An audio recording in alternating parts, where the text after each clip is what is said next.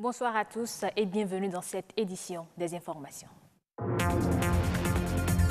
Les institutions ont leur rôle à jouer dans le développement de façon générale, mais une étude a spécifié qu'elles ont également une part active dans la croissance économique. Les détails dans ce journal.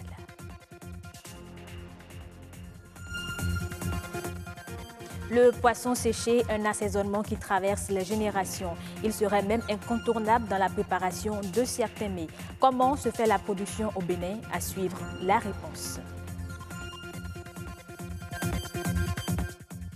Et puis, la Coupe du Monde Russie 2018 continue avec ses surprises.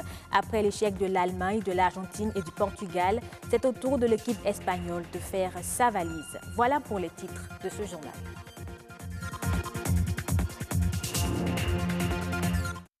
Avant le développement des titres, l'examen national du certificat d'études primaires CEP, session de juillet 2018, a démarré sur toute l'étendue du territoire national. Dans le département du littoral, les épreuves ont été officiellement lancées à l'école primaire publique Bégamé Sud. Calvador Arouanou, Patrick Adjagboudjou y ont assisté. Voici le compte rendu.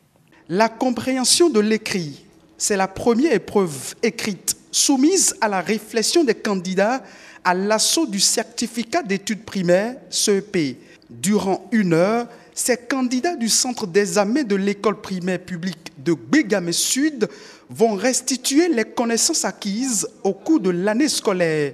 Dans le littoral, nous avons 19 168 candidats répartis en 48 centres pour les 4 circonscriptions scolaires que nous avons dans le littoral. Quand nous prenons ce centre, les statistiques ont révélé qu'il y a un seul absent, donc tous sont presque présents. Aussitôt, les épreuves écrites ont été lancées. Parents et accompagnateurs ont rejoint le portail afin que le calme règne en maître à l'intérieur du centre d'examen. Des perturbations, il n'y en aura surtout pas, rassure l'autorité départementale des enseignements maternels et primaires du littoral. Toutes les conditions sont réunies, étant donné que nous avons des agents de sécurité pour assurer la sécurité des lieux.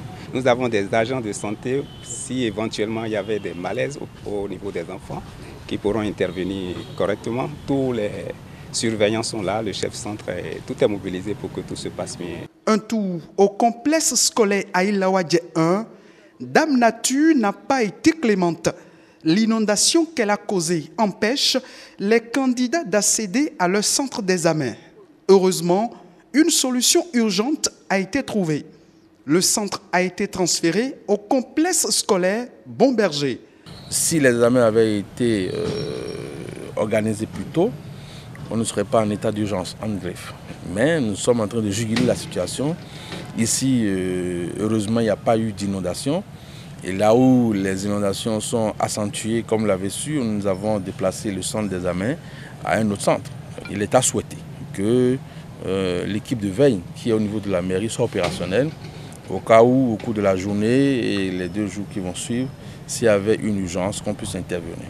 Il faut rappeler qu'ils sont au total 221 752 candidats qui planchent dans 764 centres d'examen répartis sur l'ensemble du territoire national. La production agricole, la qualité de la gouvernance ou encore les réformes sont des indicateurs de la croissance économique d'un pays.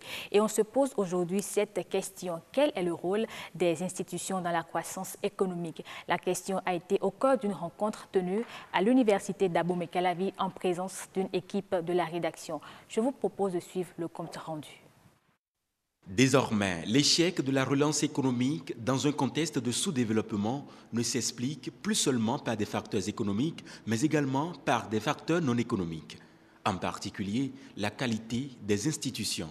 Lorsque certaines institutions existent, ces institutions prescrivent souvent certains comportements.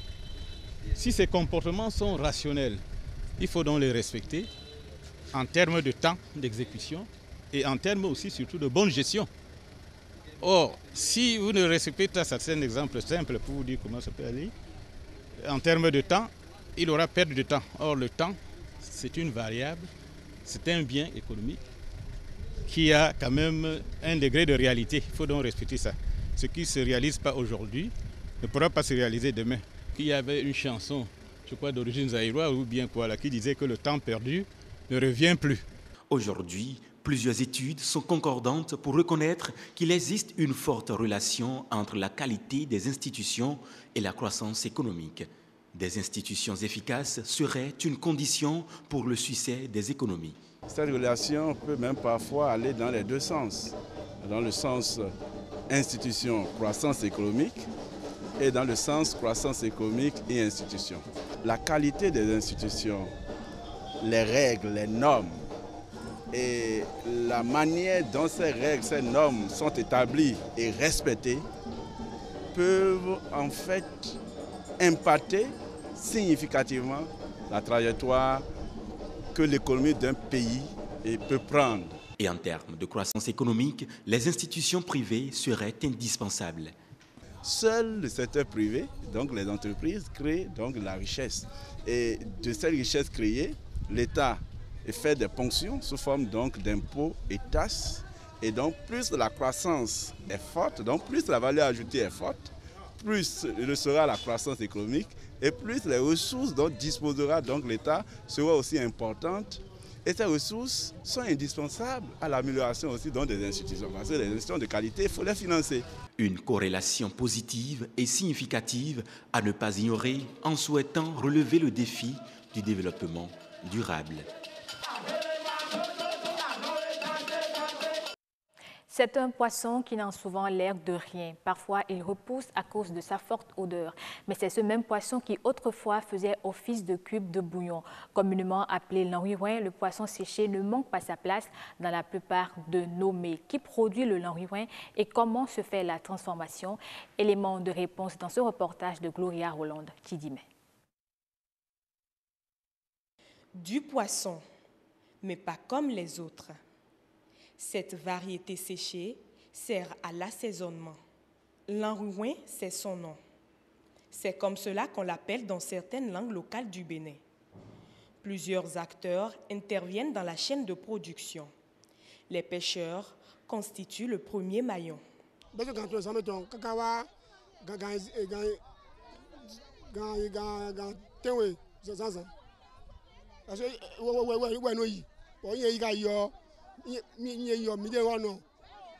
Déjà à partir de 3 h du matin jusqu'à 7 h du matin, les pêcheurs vont à la pêche. À leur retour, moi je les aide à faire la distribution sur place aux bonnes dames. Ceci fait 6 000 francs. Mais quand le prix est bas, on peut le faire à 5 000 francs.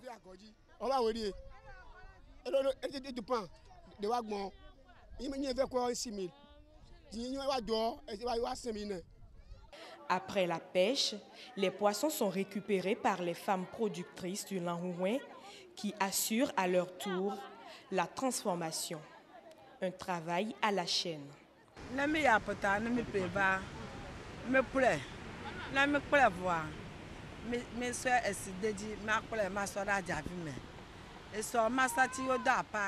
Après l'achat, nous nettoyons le poisson avec de l'eau et on laisse reposer dans des paniers jusqu'au lendemain matin. Ensuite, nous y ajoutons du sel. Ce mélange bien protégé reste ainsi pendant 3 ou 5 jours. Nous passons au séchage pendant une journée tout en prenant soin de retourner les deux faces. Et il nous faut nécessairement du sel, sans ça, les poissons vont pourrir. Maman Anissé est vendeuse de poissons.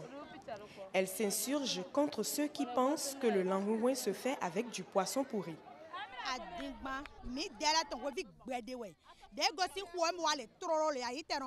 C'est très faux. Le lanriouin se fait avec du poisson fraîchement pêché. Et c'est très bon. L'activité est génératrice de revenus, mais elle n'est pas sans difficulté aussi.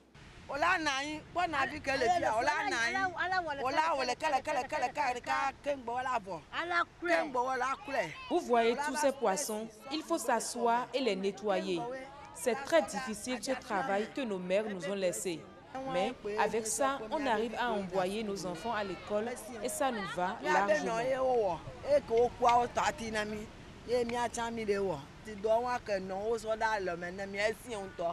Pour ces femmes, le travail est pénible, mais reste un héritage qu'elles se doivent de perpétuer. Elles ont la charge de transmettre le savoir-faire à leur progéniture, car chez elles, c'est une histoire de mère en fille. En Afrique du Sud, des distributeurs d'un nouveau genre ont fait leur apparition dans certaines townships de Johannesburg. Ils ne servent pas à retirer de l'argent, mais des médicaments, en majorité des antirétroviraux. Ces machines inédites sur le continent permettent aux patients de gagner un temps précieux pour récupérer leurs médicaments et ainsi d'éviter les lenteurs du système de santé sud-africain.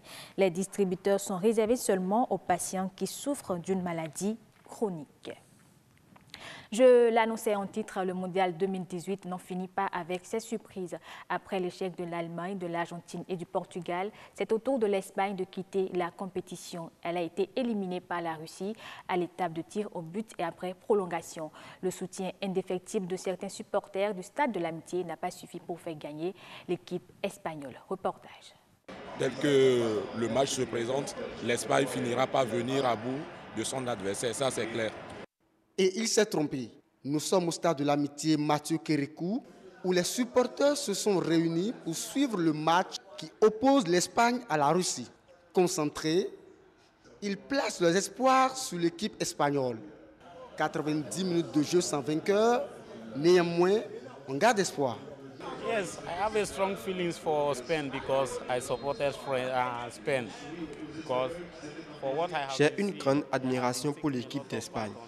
Même si c'est compliqué pour le moment, on garde espoir.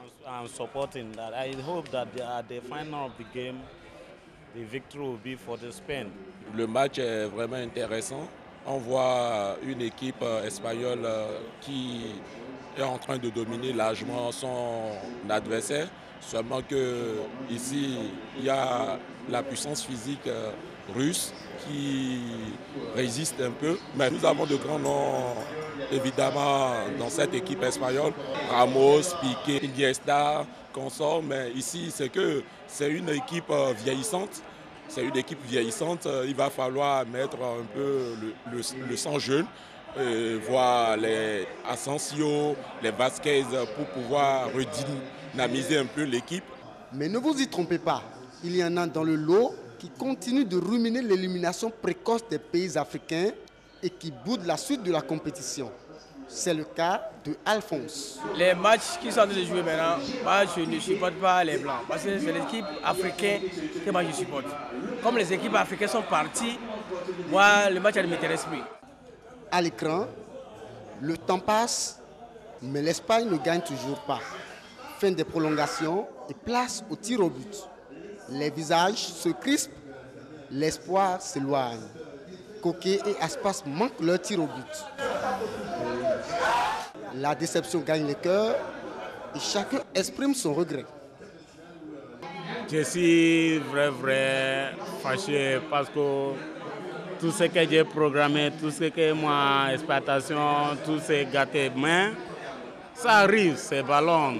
Je suis déçu dans la mesure où je suis un supporter avéré espagnol, mais le football, c'est le fair play. Les Espagnols vraiment étaient déjà fatigués, comme je l'avais annoncé. C'était déjà une équipe vieillissante. Donc par rapport aux épreuves fatidiques des tirs au but, ils n'ont pas pu donner le meilleur d'eux-mêmes. L'Espagne tombe face à l'hermétique bloc russe et quitte la Coupe du Monde comme ses supporters quittent le Stade de l'Amitié. Fin de ce journal. Merci de l'avoir suivi et bonne suite des programmes sur BB24, la chaîne du développement.